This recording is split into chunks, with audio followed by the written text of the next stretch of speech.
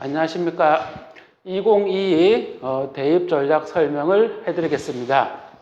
같은 2015 학년 교과 과정이 진행되지만 현재 고3하고 현재 고2는 좀 많은 변화가 있다고 볼 수 있죠. 일단 그걸 찬찬히 한번 살펴보고 순서대로 어떤 변화가 있는지 한번 볼게요. 일단 가장 큰 변화가 수시 정시 모집 규모 변화를 좀 원했죠. 그래서 일단은 수시에 특히 학종이 조금 불공평하고 공정성을 좀 해칠 수 있다. 그래서 좀 점수로 많이 하는 정시, 특히 상위권 대학의 모집 규모를 좀 크게 해달라고 했는데 이거는 뒤에서 대학별로 잠깐 보면서 살펴보도록 하고요. 자, 그런데 동시에 정시 모집 규모만 커진 게 아니라 상위권 대학의 교과 전형을 좀 확대해달라는 어떤 그런 요구가 있었다고 봐요. 그래서 기본적으로 교과 전형, 뭐 서울대 지역균형 전형, 뭐 연세대 학교장 추천 전형 이런 식으로 교과 전형도 좀 추천이 됐는데 그러다 보니까 이 상위권 대학의 교과 전형이 많이 늘어나게 되면 그 고등학교 내 추천은 대체로 내신 기준은 물론 뭐 고등학교별로 다를 수도 있지만 근데 어느 특정 고등학교가 A 학생한테 서울대 직인 추천도 주고 뭐 연대 학교장 추천, 고대 학교장 추천도 주면 추합으로 이렇게 빠져나가지만 어떤 고등학교가 A 학생한테 직윤을 주고 B 학생한테 연대 추천, C 학생한테 고대 추천을 주다 보면 사실은 상당히 많이 내려가게 되죠. 뭐 전교 10등, 20등까지. 그러다 보면은 그런 학생들 추합으로 쭉 빠졌을 때 대학들 입장에서는 이건 원하지 않는 내신의 학생도 받아야 될 수도 있어요. 그래서 대학들이 그 요강이나 이렇게 밑에 걸어 놓는 게 뭐 학업이 좀 딸리면 안법을 선발하지 않을 수도 있어요. 이런 멘트가 있죠. 뭐 예를 들면 광운대 같은 경우 또 시립대도 확인을 해봐야 되지만 뭐 추가 합격 인원을 좀 제한한다. 뭐 추가 합격 나가면 몇 배수가 되든 뭐 1000%가 되든 막 계속 뽑는 게 아니라 한 2배수까지 추합이 돼서 더 이상 원하는 학생이 아니다. 그럼 수시에 선발 안 하고 정시로 이월할 수 있다. 뭐 이런 어떤 얘기가 나오는데 그건 내년 5월에 대학별 요강이 확정될 때 좀 확인할 수도 있을 것 같고요. 어쨌든 지금 정시 규모뿐만 아니라 교과 전형도 추천 전형도 많이 늘어났다. 그래서 교과 전형에 대학별로 추가 합격을 제한하는 대학도 나올 수 있다. 이렇게 봐주시면 될 것 같고요. 수학 능력 시험에 시험 명령이 특히는 수학 같은 경우 선택이 되면서 기하를 보느냐 마느냐 이런 어떤 선택의 요소가 있고요. 뭐 인문계 같은 경우에는 제2외국어가 절대평가로 전환되면서 아랍어, 로또 뭐 이런 얘기가 좀 줄어들 수는 있겠죠. 그래서 상대평가, 절대평가. 그 다음에 교과 과정이 말 그대로 현재 고3부터 좀 바뀌긴 했는데 보통 일반 선택, 진로 선택 근데 이제 교과 전형, 종합 전형 이렇게 또 뒤에 설명을 드리겠지만 교과 전형 같은 경우에 A, B, C로 판단을 하는 진로 선택을 교과 전형에서 어떻게 할 것인가? 지금까지 교과 전형에서는 보통 등급제로 1등급은 몇 점 환산, 2등급 몇 점 환산 이렇게 등급별 환산을 했는데 A, B, C로 되어 있는 경우 어떻게 환산을 할 것인지 대학마다 조금씩 다르다고 볼 수도 있어요. 그래서 교과 과정의 변화가 본격적으로 반영된다. 학생부 기재 방법도 좀 많이 줄어들죠. 학적, 인적이 합쳐지고 진로 희망을 쓰긴 쓰지만 나름대로 별로 중요해지지 않는 그래서 조금 더 간소해진다. 그러다 보니까 대학들은 좀 볼멘소리를 하죠. 아무래도 볼 수 있는 질적인 부분이 줄어든다. 그래서 학종도 줄어든다. 이렇게 하지만 교육부가 조금 밀어붙인 경향도 있기 때문에 변화는 나타난다 보시면 되고요. 그 영향이 비슷하게 나타나는 게 자기소개서 문항도 되게 주관적이다. 그래서 지금까지는 4개 문항에 거의 5,000자에 육박했지만 나름대로 이제 3개 문항으로 글자수를 줄이겠다. 그 다음에 적성고사는 그냥 시험과 비슷하다고 해서 대부분 대학이 폐지를 하죠. 이제 적성고사 폐지된 대학 중에 뭐 가천대나 그리고 고려대 세종 그리고 뭐 수원대 같은 경우는 논술로 전환하기도 하는데 어쨌든 적성고사는 폐지된다.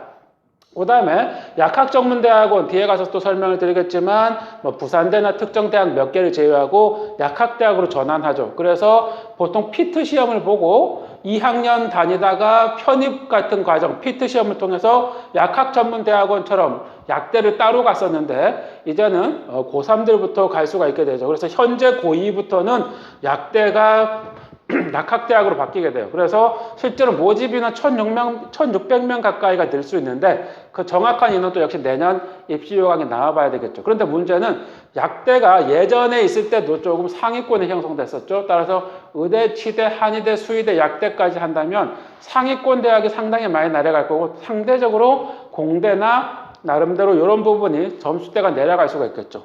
또 그리고 아직 확정은 되지 않았지만 기본적으로 10년 동안 의대 정원 400명씩 늘리겠다. 특히나 지역 인재를 늘리겠다. 근데 지역 인재를 늘리니까 나랑 상관없어 이렇게 얘기할 수도 있겠지만 지역에 있어서 실제로 서울의 상위권으로 오려고 했던 학생들이 남게 된다면 서울의 나름대로 공대나 자연대의 어떤 경쟁률이나 점수대는 또 내려갈 수도 있다 이렇게 볼 수 있겠죠. 그렇다고 무조건 뭐 의치 한수 약을 가냐? 10년 지나면 제가 봤을 때는 오히려 경쟁이 더 심할 수도 있어요. 오히려 AI라든가 이런 경우, 지금 공대나 이런 경우가 오히려 경쟁이 줄어들 수도 있죠. 그렇기 때문에 무조건 의치 한수 약을 갈지는 좀 결정도 해야 되지만 그렇게 봤을 때 2022는 꽤 많은 변화가 있다라고 볼 수도 있겠죠. 자, 뒤에서 하나씩 살펴보도록 할게요. 자, 일단 학생부 학생부 기재 변화, 현재 고3과 현재 고2 이렇게 보시면 되고요. 교과 활동은 거의 비슷하다고 보시면 되는데 방과 후 활동을 미기재하죠. 예전 같으면 인문 같은 경우에 방과 후에 철학 수업을 들으면서 논술 수업을 들어서 철학적 사고력을 키웠다. 뭐 이렇게 해서 기입하고 자기소개서에서 쓰기도 했고요. 그런데 지금은 방과 후 학교 자체도 아예 못 쓰게 돼 있다. 종합의견은 그대로 비슷하고 자율활동 비슷하지만 동아리 활동이 상당히 많이 바뀌었죠. 지금은 정규동아리, 뭐 학교에 따라서 정규동아리, 중앙동아리 뭐 여러 가지로 이름 부르지만 정규동아리에 가입을 못한다. 예를 들면 뭐 방송반이라든가 또는 이과 같은 경우는 수학동아리 이게 상당히 경쟁률이 치열하죠.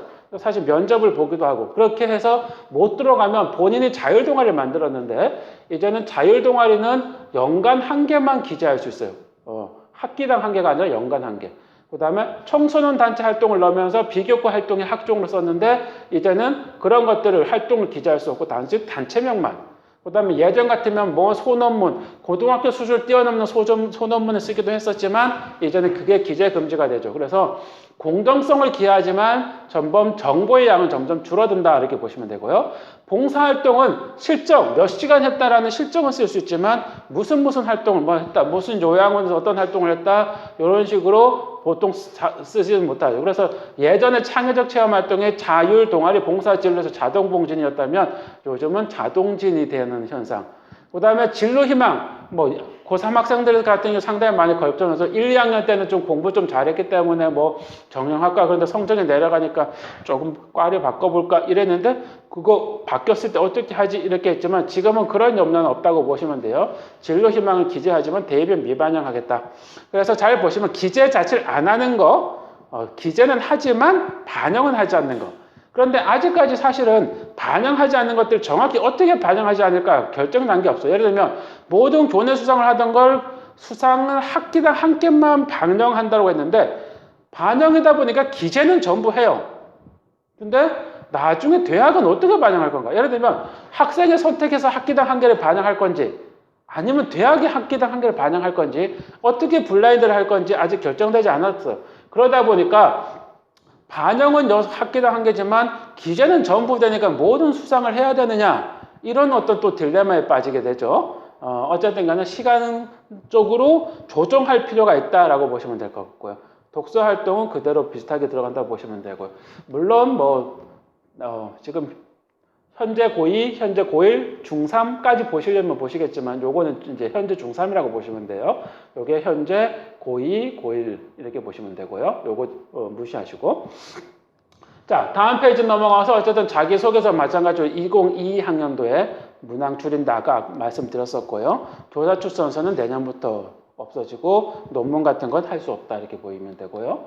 자, 정시 수능 확대 이게 이제 그 대학들이 원했던 것들이 지금 발표됐었는데 이따가 뒤에서 보시겠지만 그 대학들이 반영한 것들이 요강에 조금 반영돼 있어요. 전형 계획에. 그건 대학별로 조금 더 볼 수 있도록 하고요. 그리고 말했듯이 기재 항목 축소되고 있고 자기소개서 개선하고 있고 블라인드는 점점 확대되는데 현재 고3이 올해부터 블라인드 면접 그리고 블라인드 평가를 하는데 이게 제대로 정착되는지에 따라서 점점 블라인드가 확대될지는 좀 더 지켜봐야 될 것 같아요. 그래서 서류 면접, 여태까지 해왔던 블라인드 면접이 현재 고3부터 블라인드 평가로 가요. 근데 첫 해에 잘 될지 모르겠고 확대될지는 좀 더 지켜봐야 될 것 같고요. 그 다음에 지금 아까 말했듯이 수시해 놓는 건 뒤에서 확인해 보도록 한다 이렇게 말씀드렸고요. 자, 여기 보면 논술 위주 전형 폐지를 유도한다고 됐지만 아직 전형 계획상 그렇게 폐지되지는 않았어요. 좀 인원이 축소됐지만 논술 같은 경우 가천대나 고대세종, 수원대가 좀 늘고 상위권 대학은 인원이 좀 들지만 유지는 되고 있다 이렇게 보시면 되고요. 보통 올해 5월에 전형 계획이 나오면 내년 5월에 입시 요강이 나오니까 지금은 계획이고 내년은 확정된다. 그렇지만 요강이 나온 후에 공부할 수는 없으니까 계획에 맞춰서 조금 공부를 하고 수정한다 이렇게 생각해 주시면 좋을 것 같고요. 자, 그 다음에 또 하나 아까 말씀 교과 과정이 보통 우리가 생각하기에는 자, 공통과목 이렇게 다 있죠. 통합사회 통합과목 보통 1학년 때 하고 학년별로 꼭 이건 1학년 때 한다, 2학년 때 하지 않는다 하지만 대부분 이제 고등학교들이 알아서 조정을 하죠. 어쨌든 보통 1학년 때 일반 선택이 보통 1학년 2학기나 2학년 1, 2학기 그 다음에 진로 선택 이런 식으로 좀 이루어진다고 보시면 돼요. 자, 그런데 요 교통학교에서 우리가 소위 말해서 지금 2015 학년 교과과정은 2015 교과과정이죠. 그 교과과정은 기본적으로 우리가 문이과 합이다. 그래서 내가 원한다면 어떤 걸 선택할 수도 있다. 이렇게 돼요. 그래서 지금까지는 보통 문이과라는 개념을 썼지만 문이과라는 개념은 이제 필요 없는가? 그렇게 봐야 되는데 실제로 문이과를 통합한다는 게 목적이지만 또 대학들은 여전히 문이과를 분리하는 경우 특히나 상위권 대학은 그래요. 예를 들면 물투를 들어야 되느냐 말 그대로 개설이 안 됐다면 괜찮지만 개설이 됐는데도 안 들었다면 전공과 관련된 과로 올 때 불이익이 생길 수도 있다.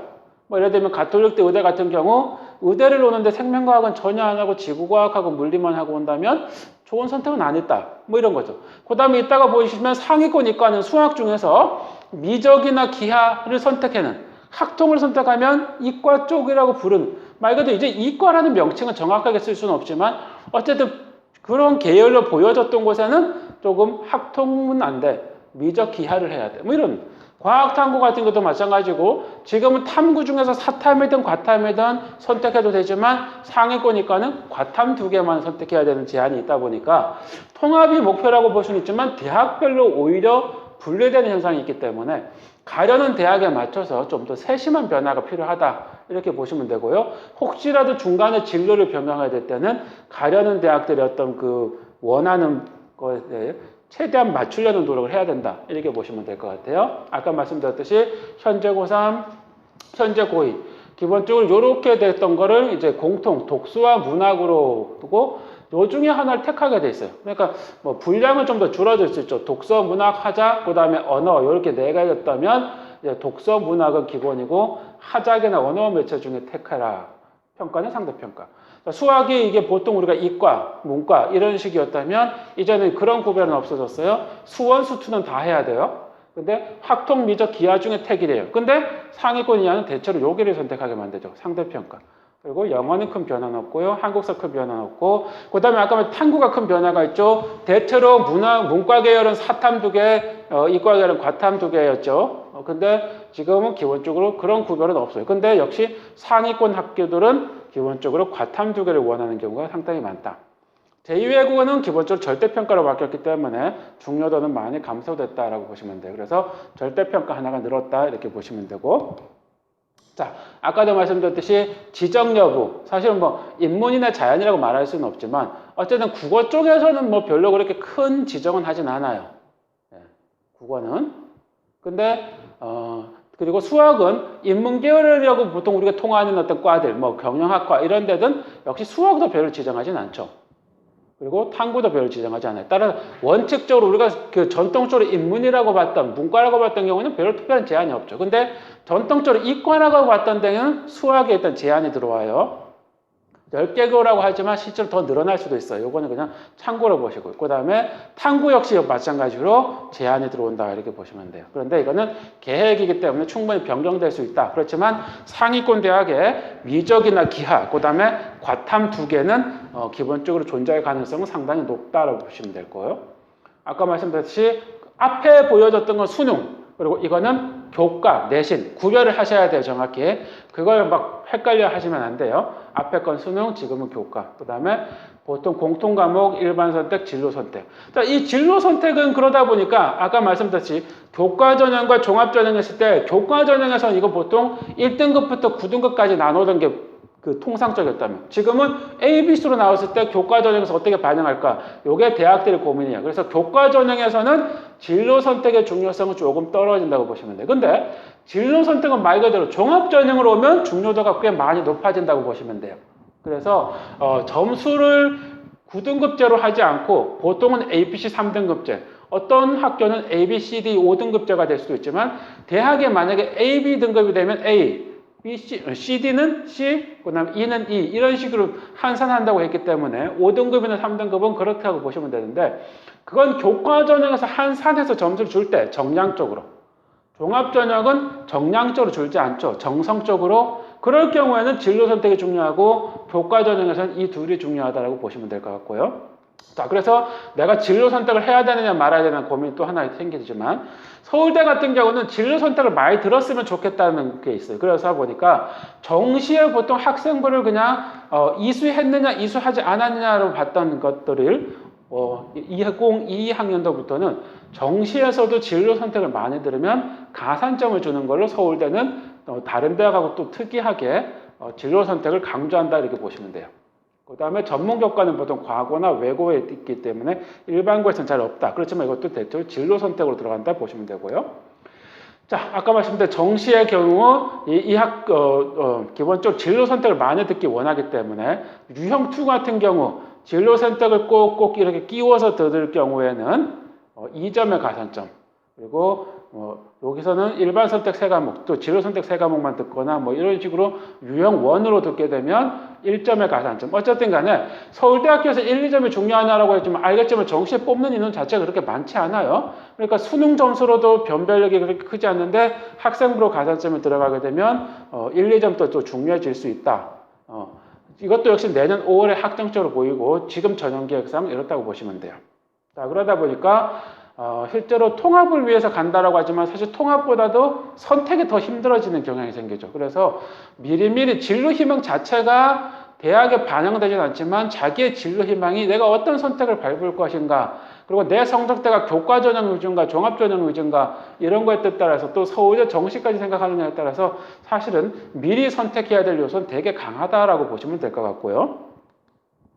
자, 그리고 아까 말씀드렸듯이 서울대 정시의 반영, 대체로 우리가 인문이라고 전통적으로 말했던 걸 이 학교는 이제 인문자연이라고 잘 안 쓰고 유형 1, 2, 3라고 보통 표현을 하죠. 유형 1은 보통 전통적으로 인문이었던 경우 제2외국어도 필수, 그리고 수학은 마음대로 들어라, 탐구도 마음대로 들어라. 그런데 전통적으로 이과라고 분류됐던 것들은 수학은 요 중에 하나 들어라, 탐구도 과탐 중에 하나 해야 된다.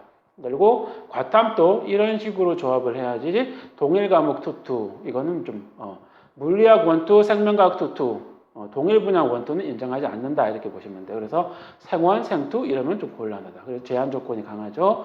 그다음에 여기 유형 3에 해당되는 여기 자유전공학부 제2외국어는 안 들어도 되지만 여기 자유롭게 선택할 수 있다. 그래서 어느 대학을 갈 거냐, 내가 수시로 갈 거냐, 정시로 갈 거냐, 수능 반영이냐, 교과 반영이냐, 교과냐, 종합이냐에 따라서 많은 선택 요소가 다르기 때문에 차근차근히 좀 알아보셔야 될 거예요.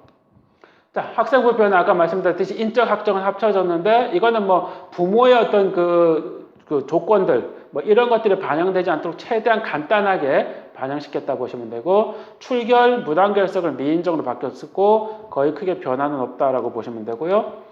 자, 수상경력 아까 말씀드렸듯이 기재는 전부 되지만 반영은 학기당 한 개인데 어떤 식으로 반영될지는 사실 아직 미정이다. 여러 사람들, 여러 설명회마다 여러 가지 얘기들이 있지만 그래서 반영은 한 개씩이지만 기재는 다 되니까 모든 걸 다 하는 게 좋다. 그런데 우선순위라는 게 있죠. 본인의 할 수 있는 공부량에 따라서 선택할 게 필요하고 그래서 교과보다는 종합전형을 하려는 학생들이 자기가 원하는 계열과 관련된 활동을 하시는 게 조금 좋다라고 볼 수 있겠죠.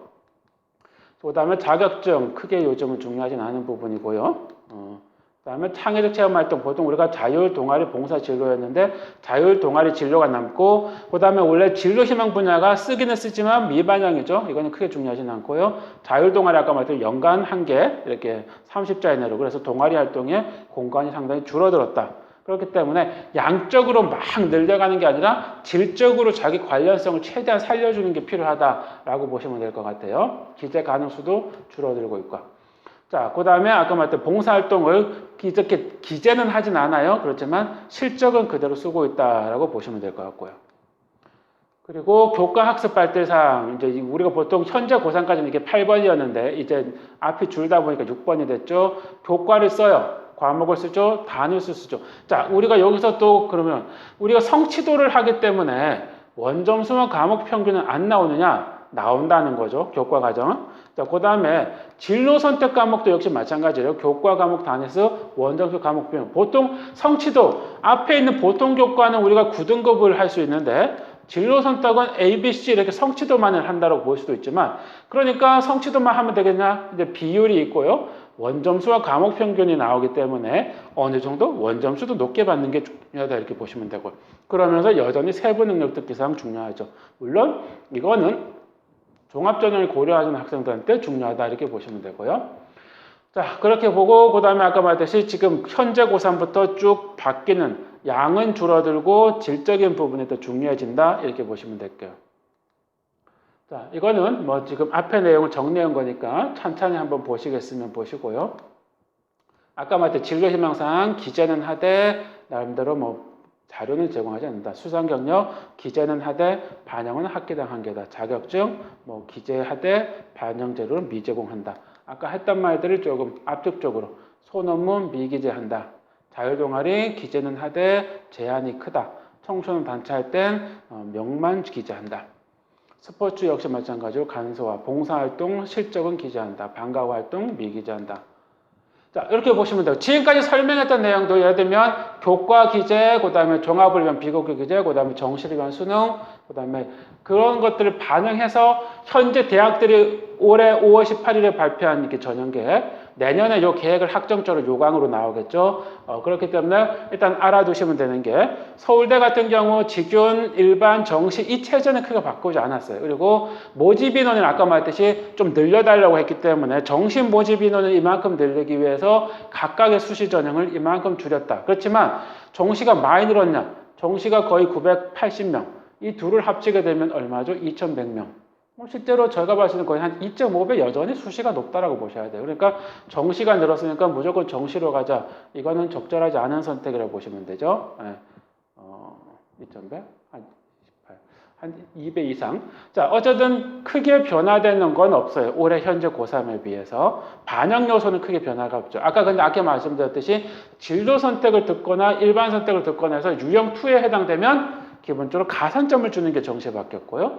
그 다음에 최저 기준 맞출 때 유형 1과 유형 2에 따라서 제한 조건이 있다. 특히 유형 2는 제한 조건이 있다. 그런 것들을 잘 기억을 해 주셔야 된다. 그래서 현재 고3에 비해서 많이 바뀌진 않았지만 인원 변화 그리고 유형 2의 어떤 그 선택 제한 그 다음에 정시의 가산점 이런 걸 보시면 될 것 같고요. 자, 연세대 같은 경우는 전형들이 좀 복잡하게 됐죠. 아까 말했지만 이게 현재 고3한테 연대 면접형이라는 이름으로 종합전형이었어요. 그거를 교과 전형을 늘려달라 해서 인원 변화는 없지만 교과로 바뀌면서 그냥 추천형이라고 이름을 바꿨죠. 그 다음에 전형 방법을 조금 바꿨어요. 1단계 뭐 교과 40, 비교과 자소서 이랬는데 교과 100으로 넣어버렸죠. 그러다 보니까 지점수와 등급 점수를 통해서 지점수 조정은 하지만 기본적으로 교과 100이다 보니까 일반고 위주가 될 확률이 높아졌고요. 그 다음에 비율은 현재 고3은 3%였는데 지금은 5%로 늘렸어요. 그러니까 추천할 수 있는 학생은 높아졌죠. 그 다음에 현재 고3은 졸업생도 됐지만 현실적으로 졸업생한테 추천을 잘 안 주기 때문에 고3으로 바뀌었죠. 그래서 조금 바뀌었다라고 보시면 되고 교과 전형 등장했고 그 다음에 종합 전형 내에 국제형 전형 그 다음에 특기자 전형은 UD 정도 남아있고요. 그 다음에 논술 전형. 그래서 보시면 전형이 되게 복잡하고. 그 다음에 정시를 늘려달라고 했기 때문에 늘렸죠. 274명. 그런데 아까 말씀드렸듯이 수시 다 합치게 되면 기본적으로 500명, 700명, 800명, 뭐 1000명. 그러면 수시도 기본적으로 5대5 정도는 되기 때문에 정시가 아무리 늘렸다고 해도 내가 정시 올인은 수시를 다 버리는 거기 때문에 수시 6개의 기회가 아직은 남아있다. 내년에 어떻게 바뀔지 모르겠지만 수시 6번 지원 그리고 안 되면 정시에 군별로 1개씩 그렇기 때문에 수시를 모두 버릴 것인가 좀 고민을 해봐야 되겠죠. 그리고 아까 말했듯이 교과 전형, 교과 종료하고 최저 서류 전형, 종합 전형은 교과도 어느 정도, 교과 전형보다 낮아도 그래도 웬만한 교과는 높아야 되고, 연대 활동수 정도면 한 1.5 정도 근처는 있는 게 좋겠죠? 비교과 좋아야 되고요. 그 다음에 수능 최저 있어야 되고요.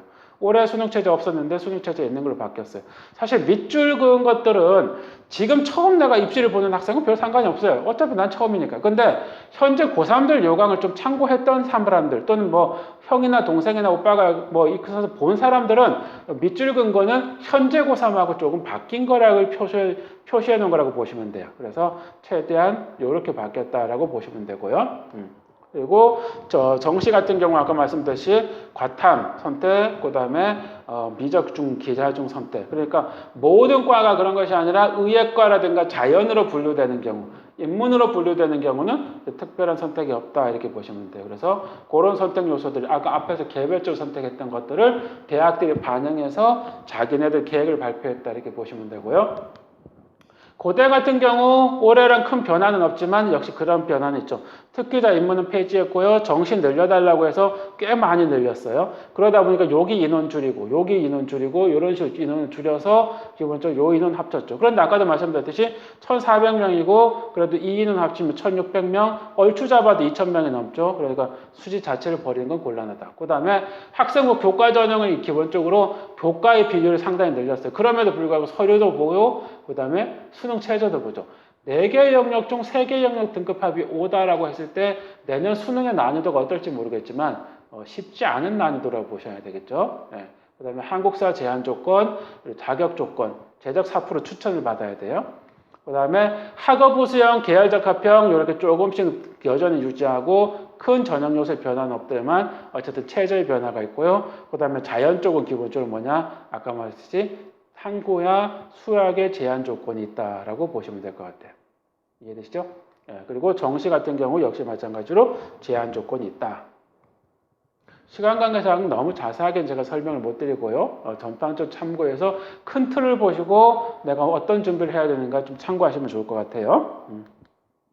자, 서강대 자소서 기본적으로 폐지했고 고려대학교도 자소서 폐지는 했어요. 인원 보시면 정시 늘렸는데 학교가 원체 작다 보니까 크게 이렇게 많이 늘리지 못했죠. 여기서 줄인 인원 여기로 좀 오히려 늘렸어요. 그래서 교과 전형, 사실 서강대가 종합 전형으로 1차 전형, 2차 전형 두 개가 있었는데 한 개를 교과로 바뀌면서 종합을 더 좋아하는 경향이 있죠. 교과는 교육부가 해달라니까 넣기는 넣되 그 인원보다는 종합을 늘리는 경향이 생기죠. 어쨌든 수시 전체 인원이 기본적으로 정시보다 많은 건 여전하다 이렇게 보시면 되고, 그 다음에 교과 전형은 사실은 지역에 따라서 좀 뭐 우리가 폄훼하려는 건 아니지만 전교 1등도 이 체제를 못 맞추는 고등학교들이 있어요. 그러다 보니까 교과만을 믿을 수는 없어서 체제를 넣죠.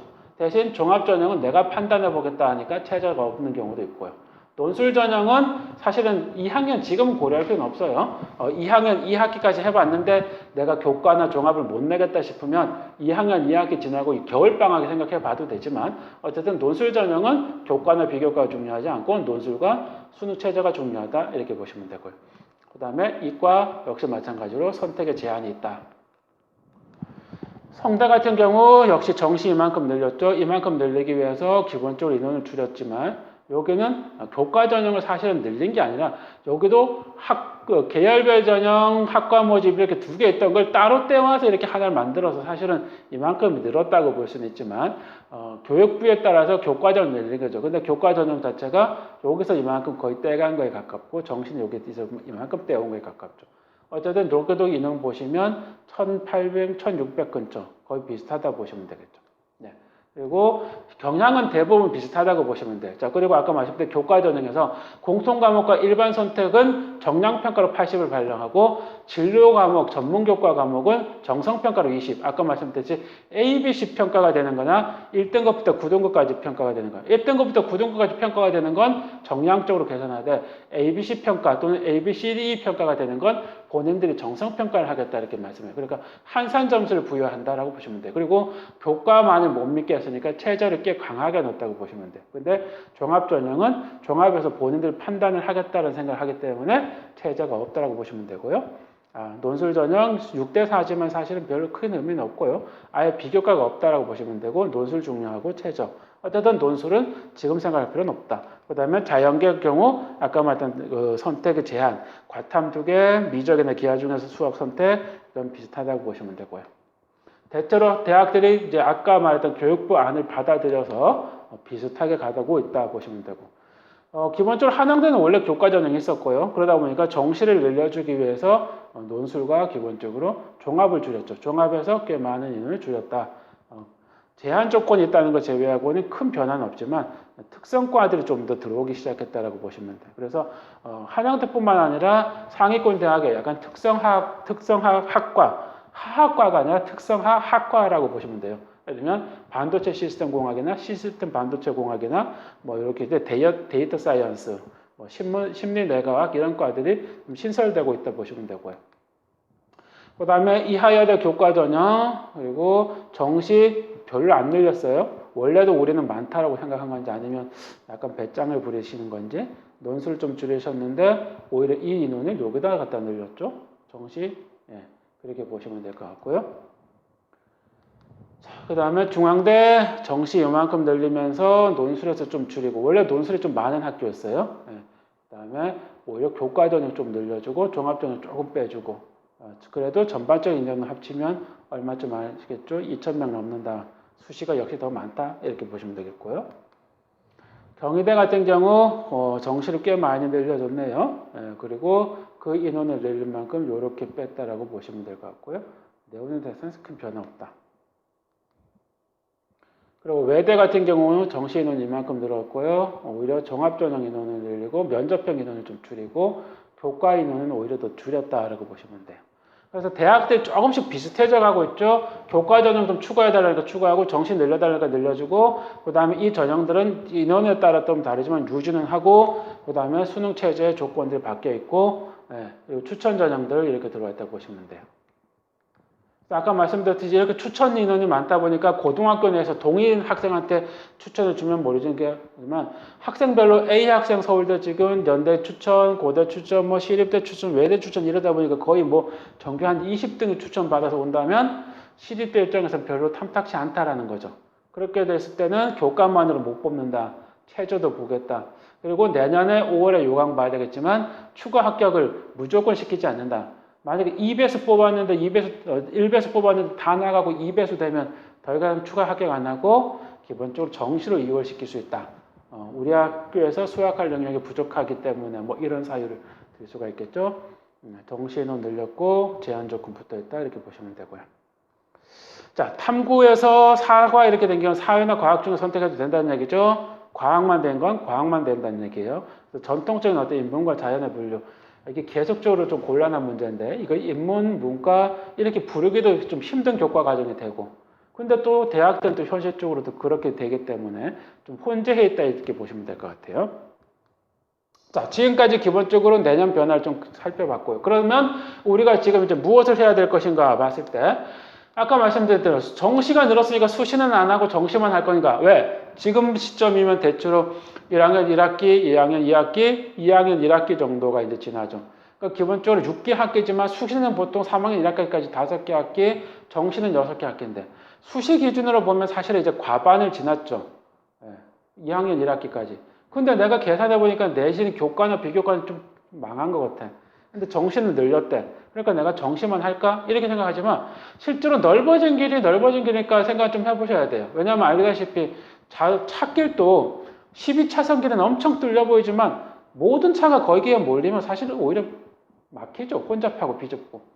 2차선 그 도로 주택가 뒤에 도로길도 아무도 그쪽으로 안 가면 한가해요. 따라서 내가 가진 점수가 약한지와 남들이 어떤 선택을 하는지에 따라서 조금 바꿀 필요가 있죠. 그래서 내가 선택을 해서 집중할 것인가 아니면 아직까지는 2학년 1학기니까 2개 학기가 더 남았는데 벌써 수시를 버릴 건가 이런 것들에 대한 판단들을 조금 해보셔야 돼요.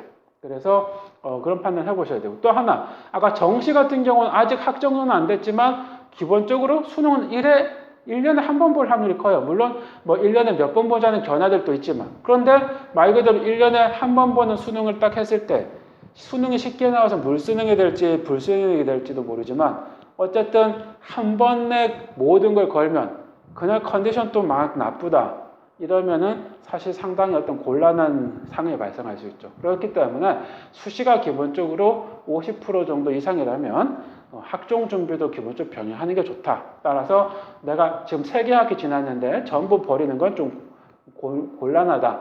위험 전략을 생각하지 말자. 그리고 그렇기 때문에 아직까지도 교과를 좀 신경 쓰자. 소위 말해서 정성평가라고 해도 원점수 같은 것이 반영된다면 의미가 있고 세특이나 수행평가도 중요하다. 그리고 꾸준히 오르면 좋겠지만 떨어지더라도 남은 학기를 올려준다면 대학들이 교과 전형은 아니라도 종합 전형에서는 적어도 학생의 성실성이나 문제 해결력은 좀 보기 때문에 포기할 단계는 아니다 이렇게 보시면 되고요. 아까 말씀드렸듯 비교과가 예전 선배들처럼 무조건 양을 늘리는 게 아니라 이제 내가 원하는 것에 따라서 진로 희망 자체가 대학에 반영되는 건 아니지만 나의 변화에 따라서 질적인 어떤 활동들을 좀 해줄 필요가 있다라고 보시면 될 것 같고요. 그래서 수시를 버리지 말자. 따라서 학기별로 자기의 위치를 좀 파악을 하고 어떤 활동을 더 보충할 건지 고민해서 수시를 여전히 준비할 필요가 있다. 그럼에도 불구하고 나는 이제 정말 안 될 것 같다면 정시에 집중할 수도 있겠지만 아직은 그럴 시기는 좀 아니다라고 보이고요. 그 다음에 논술은 역시 마찬가지로 지금 신경 쓸 필요는 없죠. 2학년 2학기까지 다 해봤는데 교과랑 비교과가 너무 안 좋다. 수능 점수도 올리기에는 내가 그렇게 학습하는 형태가 아니다. 라면 논술을 한번 보조적으로 준비해 볼 필요는 있다라고 보시면 돼요. 그래서 나름대로 지금까지 우리가 3개 학기 정도 지나는 시점에서 2022학년도의 대입 전략 물론 아직은 전형 계획이라서 내년에 요강 나올 때까지 충분히 변할 가능성이 있지만 사실은 뭐 특별한 일이 크지 않다면 큰 변화는 없을 거예요. 왜냐하면 정치적으로도 대선에 접어들고 그러면 사실 선거가 바쁘지 교육 자체가 바쁘진 않죠. 현실적으로. 이게 좋은 일인지는 잘 모르겠지만 그렇기 때문에 어느 정도 이 변화에 맞춰서 말 그대로 내가 어떤 걸 가지고 있는 점검을 해볼 필요가 있다 이렇게 보시면 될 것 같고요. 자, 아까 말했듯이 비교과 양적성 부분은 질적인 면을 해라. 그래서 동아리 활동이라든가 이런 부분 잘 하고 이거는 집에서 제가 설명보다는 조금 이제 천천히 한번 읽어보시고 모든 걸 탐구형으로 할 수 있는 그 조건이 되면 좋겠지만 만약 그렇지 않다면 적어도 내가 가진 어떤 교과 과정의 호기심은 책을 찾아보고 신문도 찾아보고 남들 친구들하고 같이 논의도 해보면서 자료 조사하는 것도 어느 정도 의미는 있다라고 보시면 되고요. 그걸 나름대로 수행평가나 이렇게 발표를 한다면 세특에도 쓰일 수 있기 때문에 연결된 활동도 좀 하시는 게 좋겠다 이렇게 보시고 그래서 어찌 보면 교과만 하는 거 이것도 좋지만 이것보다도 찾아내고 남들 새롭게 적용해보고 궁금한 것들을 좀 찾아내보고 이런 결과들이 좀 나온다면 교과 점수가 좀 낮더라도 정성평가로 종합전형 여전히 많은 인원을 차지하는 종합전형을 도전할 수 있다 이렇게 보시면 되고 그리고 아까 말했듯이 호기심을 가지고 어떻게 했고 어떤 결과를 느꼈는지를 좀 보여줄 수 있도록 해줬으면 좋겠습니다. 자, 그 다음에 마지막으로 조금만 더 정리한다면 아까 말씀드린 약대가 기본적으로 6년제로 적용을 하죠. 실제로 이제 요 대학들은 지금 여전히 의학 약학 전문 대학 뭐 2+4년제를 유지하겠다 이런 거고 어쨌든 간 요 인원들 정리하면 1658명 적어 보이지만 의치한수 약이 상위권에 포진해 있기 때문에 연쇄적인 어떤 변화가 나타나죠. 그래서 기본적으로 공대나 자연대 같은 경우는 조금 더 수월하게 갈 수 있다 이렇게 보시면 되고요. 근데 이 인원은 전부 정시에 뽑는 건 아니고요. 여전히 수시 인원이 좀 더 많다고 보시면 돼요. 교과 전형이나 종합 전형, 드문드문 논술 전형이 있기도 합니다. 그 다음에 정시 전형. 그리고 숙명여대는 아직 확정되지 않았고 그래서 뭐 대학별로 몇 대학만 좀 예시적으로 뽑는다면 이런 대학들이 있죠. 어쨌든 간에 기본적으로 이만큼의 인원이 늘기 때문에 상위권의 어떤 이과들 변화는 나타날 거다. 그리고 기본적으로 과탐 2개, 수학, 미적인 기하를 해야 되는 형태가 될 거다. 이렇게 보시면 될 것 같아요. 자, 지금까지 2022학년도 기본적인 변화를 좀 말씀을 드렸고 사실은 뭐 조금 포괄적으로 말씀을 드렸지만 잘 생각을 해보시고 나름대로 나중에 한번 판단을 해보시면 좋을 것 같습니다. 예, 자, 요거 한번 정리해서 읽어보시고 자기의 위치와 그 대학별 발표사항 꼭 기억해서 좋은 입시 결과 만들도록 했으면 좋겠네요. 예, 감사합니다.